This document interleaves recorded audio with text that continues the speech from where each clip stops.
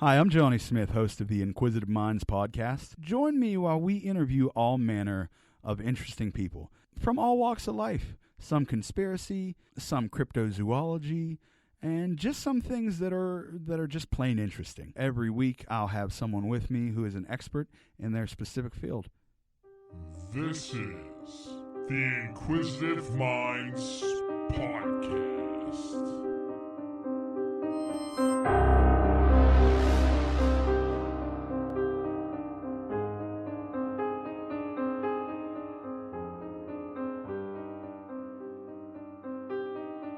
Hey, welcome to the Inquisitive Minds podcast, and thank you for tuning in. Today, I'm relishing in the fact that our guest has joined us today. It's going to be a great episode, so pay attention. You don't want to have to catch up. And if you miss this one, you're going to be in quite a pickle. I don't want to sound too cheesy, but just call me Hamburger John, because my guest today is Hot Dog Lou. Ladies and gentlemen, welcome Sarah Lou to the program. Hi. Hey. How you doing today? Good. Thanks for having me. So we are going to be discussing tarot cards today. Yeah. Do you want to tell the people a little bit about yourself before we get started? Well, I moved here a couple years ago. I met everybody in the comedy community. Where are you from originally? I moved here from Portland, Oregon, and before that, I'm from Anaheim, California. Oh. Yeah. How long ago did you move here? I got here August 2018. What brought you here? I had always lived on the West Coast and wanted to try something different. I have a friend that's from here. Her family owns a bar in Regent Square, and so I came out here to visit her family and kind of check the city out. And then I was here at the end of 2017, and I met Shannon Norman, and that's how I kind of met everybody else in comedy. Yeah, that's how I met you. I think you started doing the Froggies open mic. Yeah, I had an open mic for a few months last summer. That was a fun little endeavor, but if you don't do comedy and you're just getting paid to just watch the same comics that you see every single week, after the summer, I was like, okay, that was fun. That was good. In your defense, I will say, even if you do comedy, the mics don't always last. Yeah. I've had quite a few that have crashed and failed. I mean, I had it worked out pretty well to where, like, I was getting paid a decent amount weekly to do it, and then I was paying my host out, like, part of what I was getting paid, and I just had to sit around and drink and watch my friends do comedy. So it wasn't the worst thing. I had a mic, and on 9/11, one of the comics went up, and I won't say who, good friend of mine, and he did 5 minutes on 9/11. And it was funny, but I definitely understand how some people didn't want to hear it. And I got an email later that night that the mic was no longer happening. Oh, no. They didn't specifically say that, but I'm pretty sure that's what happened. You got canceled for 9/11. Yeah. So what can you tell me about tarot cards? I'm not a religious person. I'm pretty science-based, which is why a lot of people find it interesting that I do. Now when you say not religious, agnostic? I guess. Atheist? No, I lean towards being agnostic. Like, I guess there might be something there. I don't really know. Okay. I guess I'm spiritual in the way that, like, I believe that there's, like, a bunch of energy in the universe, and we kind of get back what we put in. Okay, that's a start. And tarot cards they tie into that a lot because, I mean, you're not supposed to take everything quite so literally with the tarot cards as some people think. They're like, if this says death, I'm gonna die. I'm like, no. That was actually no. That was actually one of the questions I was going to ask you. Was do you ever read anything that scares you?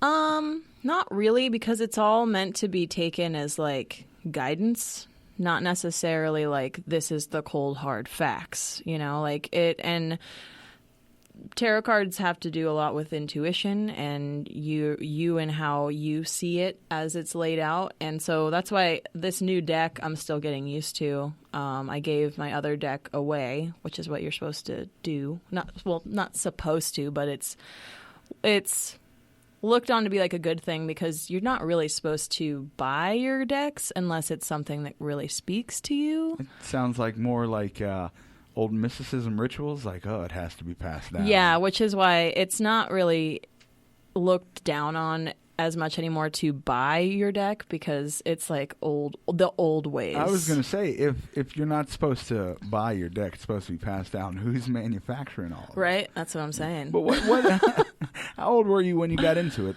How did you discover tarot cards? I was down in Venice Beach when I was like 16 with friends, just like drunk on the boardwalk, and went and got my tarot cards read by this lady who I really admired her because she didn't try and like... Basically, she just did tarot cards like out of her front yard in Venice Beach, and like the first time she did, she was just like smoking a cigarette and like yelling at her kids in the house. Like, sounds like my people. Yeah, she wasn't like, from what I can see, she wasn't making it all like. She didn't make it seem so campy. She was just like, oh, here, this is what this says, and I'm like, all right, cool. So she was the first person that I was like, oh, you don't have to have a crystal ball and like a weird head wrap and pretend like you know everything. She was just like, well, based on this, I was like, oh, okay, cool. So you're 16, you get them read. How do we get from there to the next point? What happens after you get them read? How long before you actually decide to look into it or decide to pick up your own deck? I don't think it was until like way later on, living in Portland. I mean, Portland is a very progressive city. There's a lot of woo-woo shit there. There's a lot of stores. I'm sorry. I can't. I would be remiss if I just skipped past a lot of woo-woo shit. Yeah. I need to know a little bit more in depth on what woo-woo shit is. Woo-woo shit's just like witchy things like crystals and metaphysical shops and things like that. Yeah. Okay, so like paranormal-ish type things. I mean, the kind of things that like tarot cards are kind of tied into, like this thing that's not necessarily based in science, but more in intuition and woo. Yeah. Okay. Not like woo fam, but like woo, but like woo shit. Okay. There was way too many woots for this whole podcast. I'm used up for the month. All right, so I'm sorry to interrupt you. A lot of woo shit. Yeah. You're in Portland, progressive city. I had a few friends that they had a tarot card reader that they really liked to go to, and I was just kind of feeling like I was going to go give it another try because I hadn't really been in years. And you just get a reading, another try? Yeah. Okay. There's a place here that I go to get a reading like once or twice a year. Oh, where's that? I can't remember the name of the neighborhood. It's like right past Bakery Square, and you would go like over to the left, and it's kind of bordering Oakland. I know there's a lady in Southside, I guess. I've been to that place too. I got a reading from her at the, you might not be aware of this, Station Scare. Mm-mm. It was the like Halloween haunted house festival down in Station Square every year. And she was down there reading tarot cards, and that's my only reading, but it was from that lady. There's a shop called Juju, Juju, that like that's where I originally saw this deck. I didn't buy this deck there. By the time I wanted to buy it like 6 months after I saw it. Someone had already passed it down. They had already bought it, yeah. So I found it online and I bought it. Oh no, I bought it. But I go into that shop. There's all kinds of stuff like sage to burn and books for like learning and crystals and tarot cards and all that kind of stuff. Okay. Yeah. So you get your second reading. Yeah. By the way, are you finding these readings to be accurate or applying to you? Or at this point, are they just fascinating? I feel like it's all subjective. So anything somebody tells you, you can kind of figure out how that ties into your own life.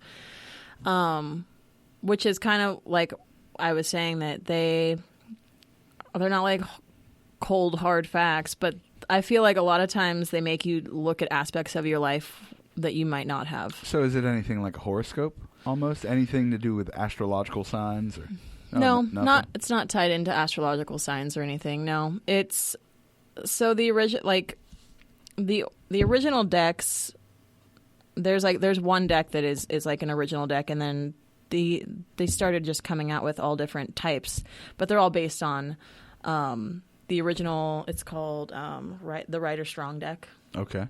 And if that's the one that like if you go, like, if you Google... That's like the lineage. It's the one it's like the strain lineage. It's the one that you'll see the most of. And most interpretations are based on that one. Now, what type of deck do you have? This is called the Luminous Void deck. That's promising.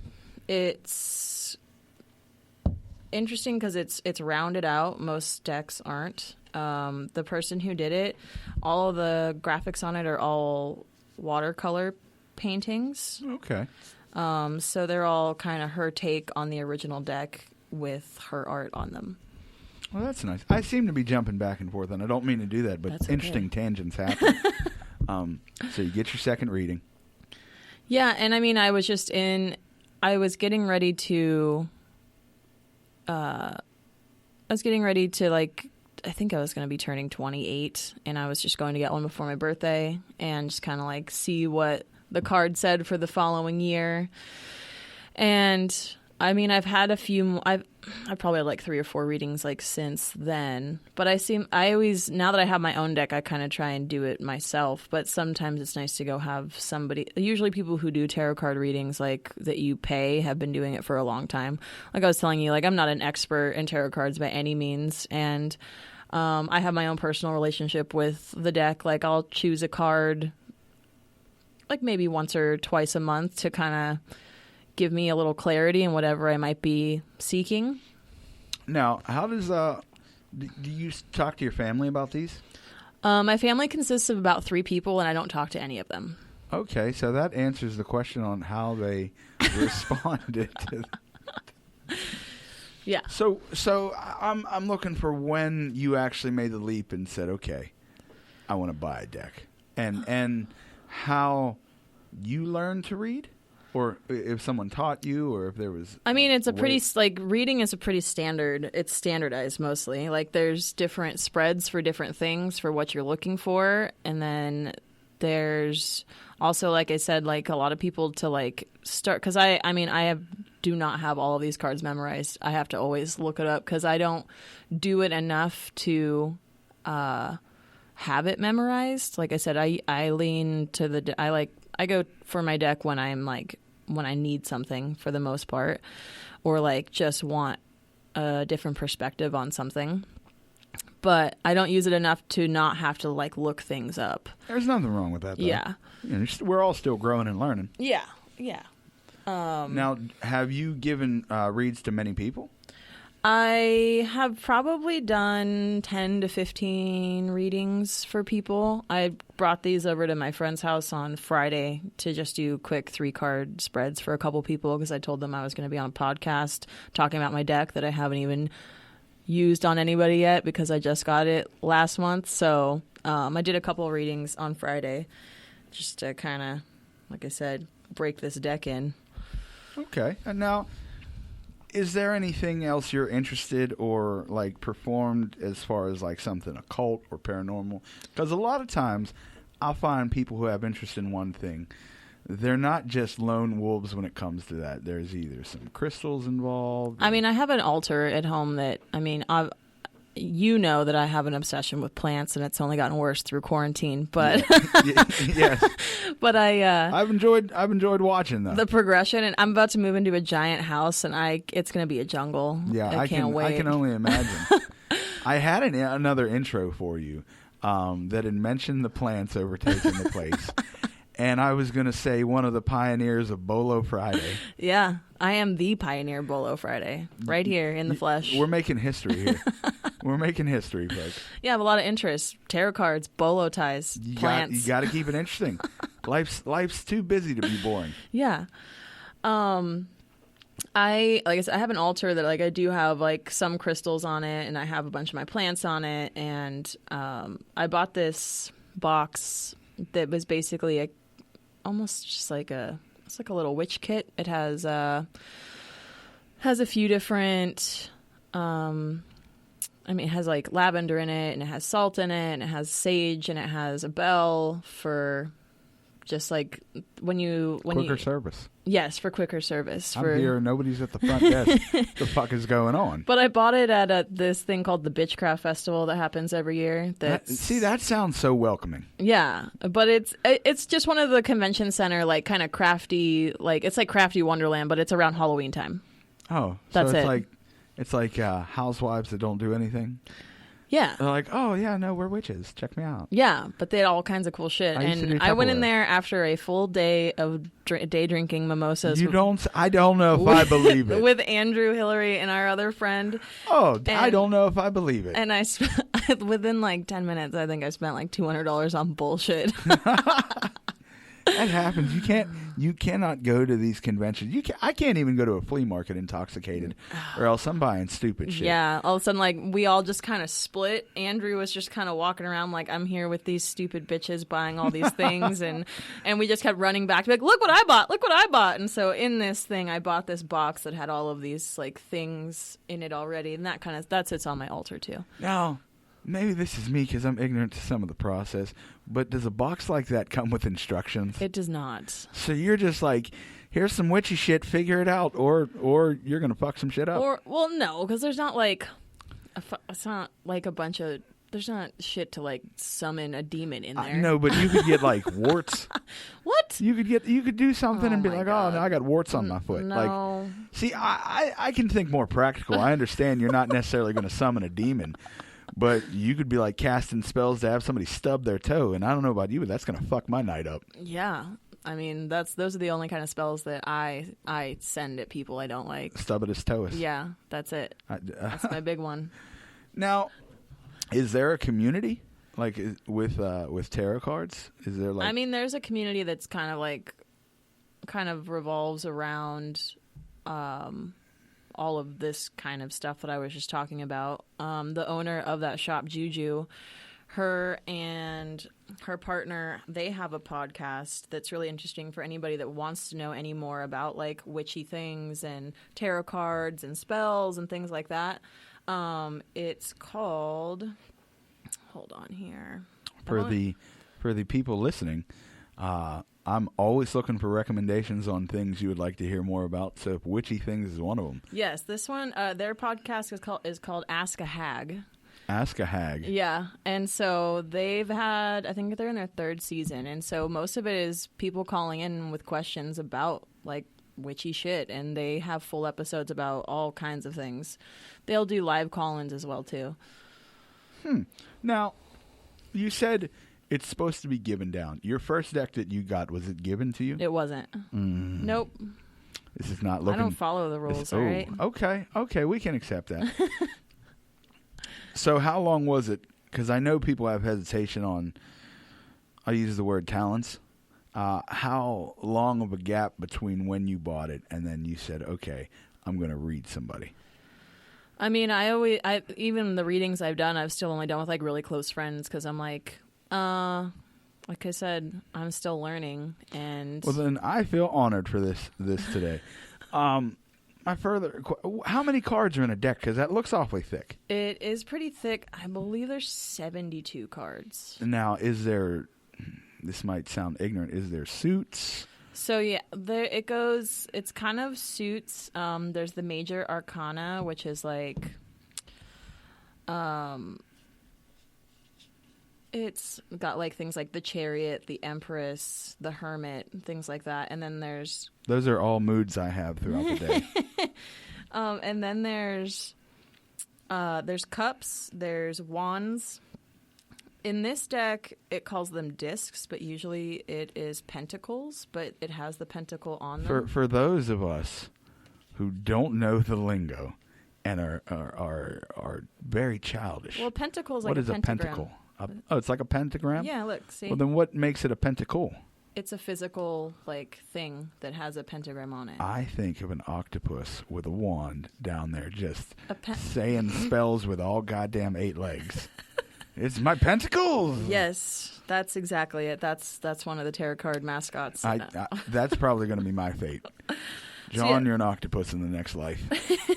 So yeah, there's cups, there's swords, there's pentacles, or like I said in this deck, they're called discs. Well, I guess before I start trying to dissect it and ask what each individual card means.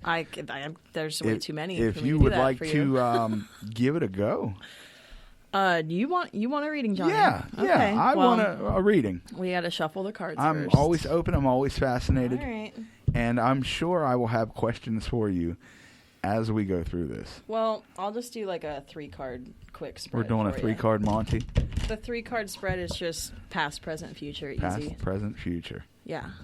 So, we'll see. Well, See I what know it my says. past. Yeah. It's a little rough around the edges. Let's see what the cards say. The present, I am doing better than I deserve to ever be doing right now. All right, you have to cut the deck into 3 stacks. All right, give me 1 second.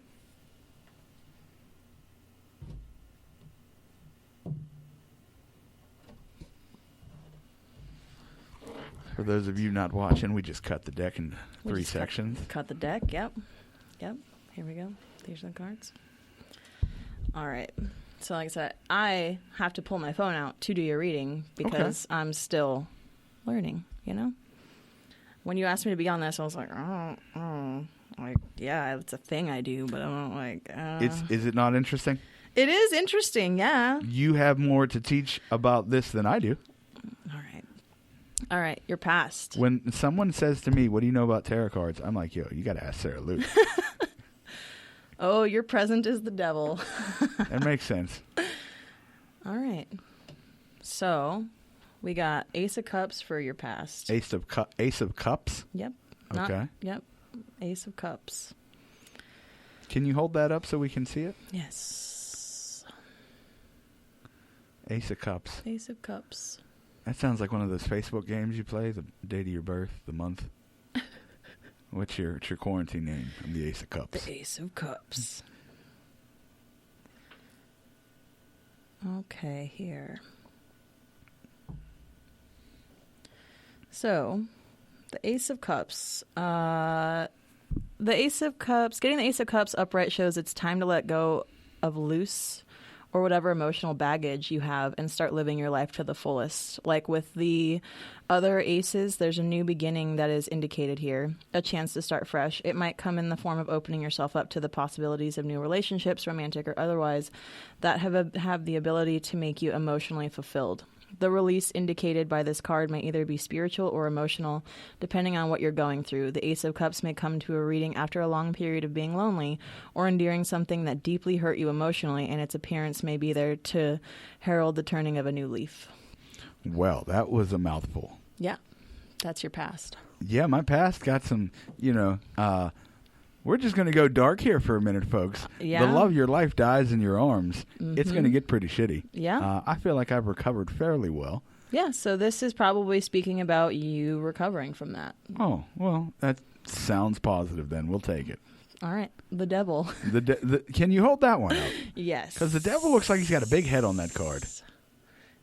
It's not his head. He just has like a light behind his head or something. Well, he's all, like I said, all of these are like her watercolor interpretations and stuff. So. Okay. Well, and that's for my present. Yeah. Okay. Past, present, future. Mm-hmm. So let's see here. If you don't change your ways, John, this is your future. Gravestone. I'm like, look, I promise you, buddy, no matter what I do, I'm going to die at some point. I feel like she's reading it and she just made a head movement. Did we just get into some shit here? All right. Let's see here. Your present, getting the devil card in your reading shows that you have feelings of entrapment, emptiness, and lack of fulfillment in your life. It might also mean that you are a slave to materialism and opulence, and no matter how hard you try, you just can't seem to shake off the feeling of wanting to indulge. You might be aware of this kind of lifestyle is leading you down the rabbit hole, but you have that feeling of not having any form of control over your actions or urges. Mm-hmm. That's interesting. Because anyone that knows me would not call my life opulent. Yeah. By any means. And I feel like, and maybe this is me blowing my own head up, I feel like I have a lot of self-control. That's good. I don't do anything that's out of line, really. I wouldn't have seen that card for you currently. I'm a quite in the pocket guy. I'm trying to grow some stuff. I'm starting this podcast. I'm gonna need you to stop because clearly the podcast is just way too much, and you're gonna have to stop. Yeah, I can't control my urges. You know what? I had an urge to interview people, and maybe this is what's overtaken me. Yeah, that's it. That's okay. We'll go with it. I don't know. You know what? I got my green card the other day. And I have spent more money than I would like to admit. Okay. So maybe that's the minor urge we can take out of here.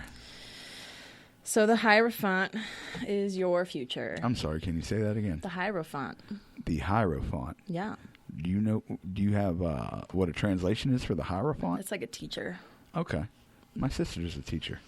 So the Hierophant, to see the Hierophant in a reading is to embrace the conventional, for it suggests that you have a certain desire to actually follow a process which has been well established. It also suggests that you want to stay within certain conventional bounds of what would be considered an orthodox approach. So instead of being innovative, you will be adapting to certain beliefs and systems which are already put in place. The Hierophant card suggests it's better for you to follow social structures which are established and have their own traditions. You might be involved in certain ceremonies, rituals, or other religious trappings, for instance. When it comes to tarot readings, this particular card is most commonly representative of institutions as well as their core values. This is a sign that shows that you need to conform to the already existing set of rules and situations that are fixed already. Now, I'm going to ask you Those to are very translate. conflicting. I'm going to ask you to translate that a little bit for me. It's kind of, we were just talking about how the devil card doesn't, that doesn't sound like you at all. But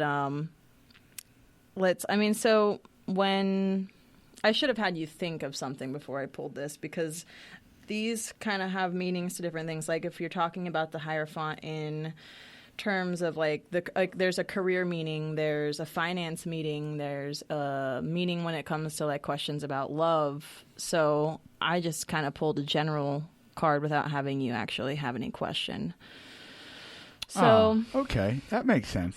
That makes a little bit more sense. So the Hierophant, in terms of work, the Hierophant, you'll find success from working with others right now. You can sometimes mean also choosing to not rock the boat and staying on the tired and true path with so many variables when it comes to work. It may be better to stay safe right now. This card can also signal that group cohesion rather than individuality can be more important in the moment. Sometimes the Hierophant can also signify a more senior mentor that can help be a helpful aid in progressing through your career. The card is also representative of education, meaning that a time of learning, whether through school or vocational training, can be helpful for you. Well, you have heard it here first, that the tarot cards have told me not to quit my day job to pursue stand-up comedy. Yeah, they did. You better stay in your fucking lane, fat boy. Wow. That's what they said. See, don't quit your day job. Here's my question, and it's kind of unrelated. But I've been thinking about getting some tattoo work done. Mm-hmm. And I've been contemplating stopping home the last 4 days, or stopping at the establishment the last 4 days. What can a tarot card tell me about that? If that's my question, if you can pull one card and... Well, didn't the devil just tell you to stop being so fucking lavish? Come on. Yeah. That's interesting because I did have filet mignon for breakfast. Mm-hmm.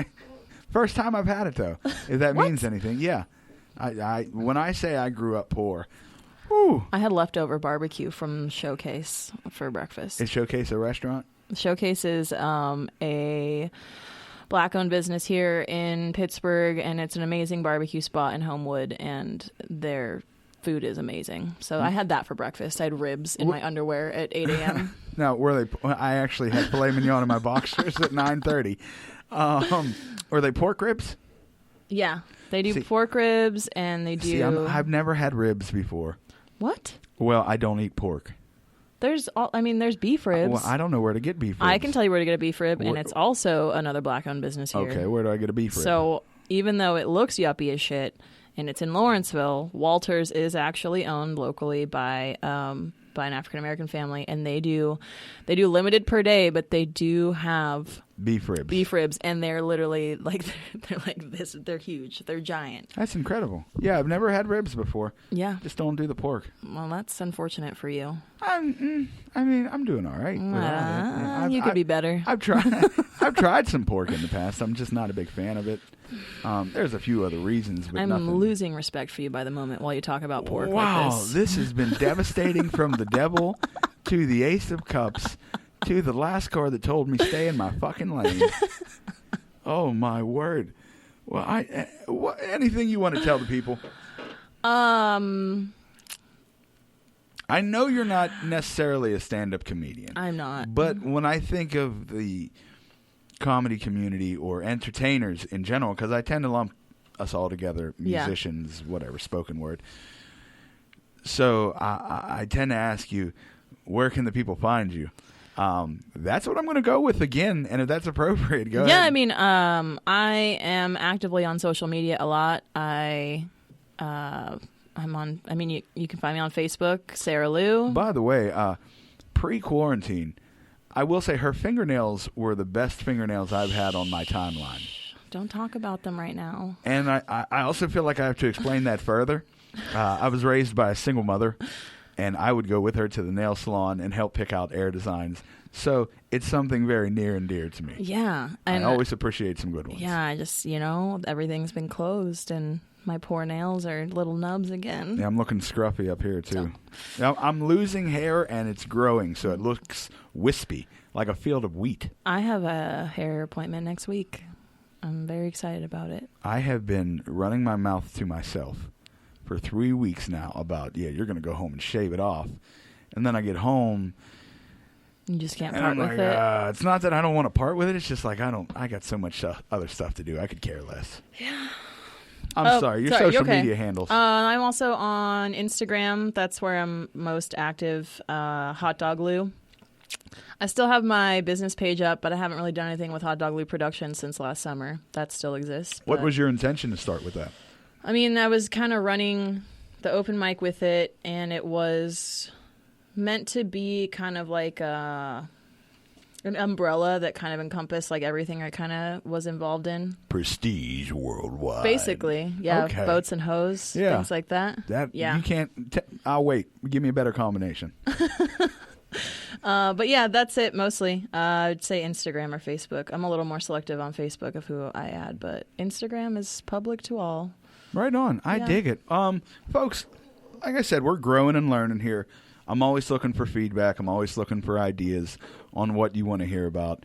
So if you want to drop an email, it's it's inquisitiveminds.podcast@gmail.com. That's INQUIZATIVE.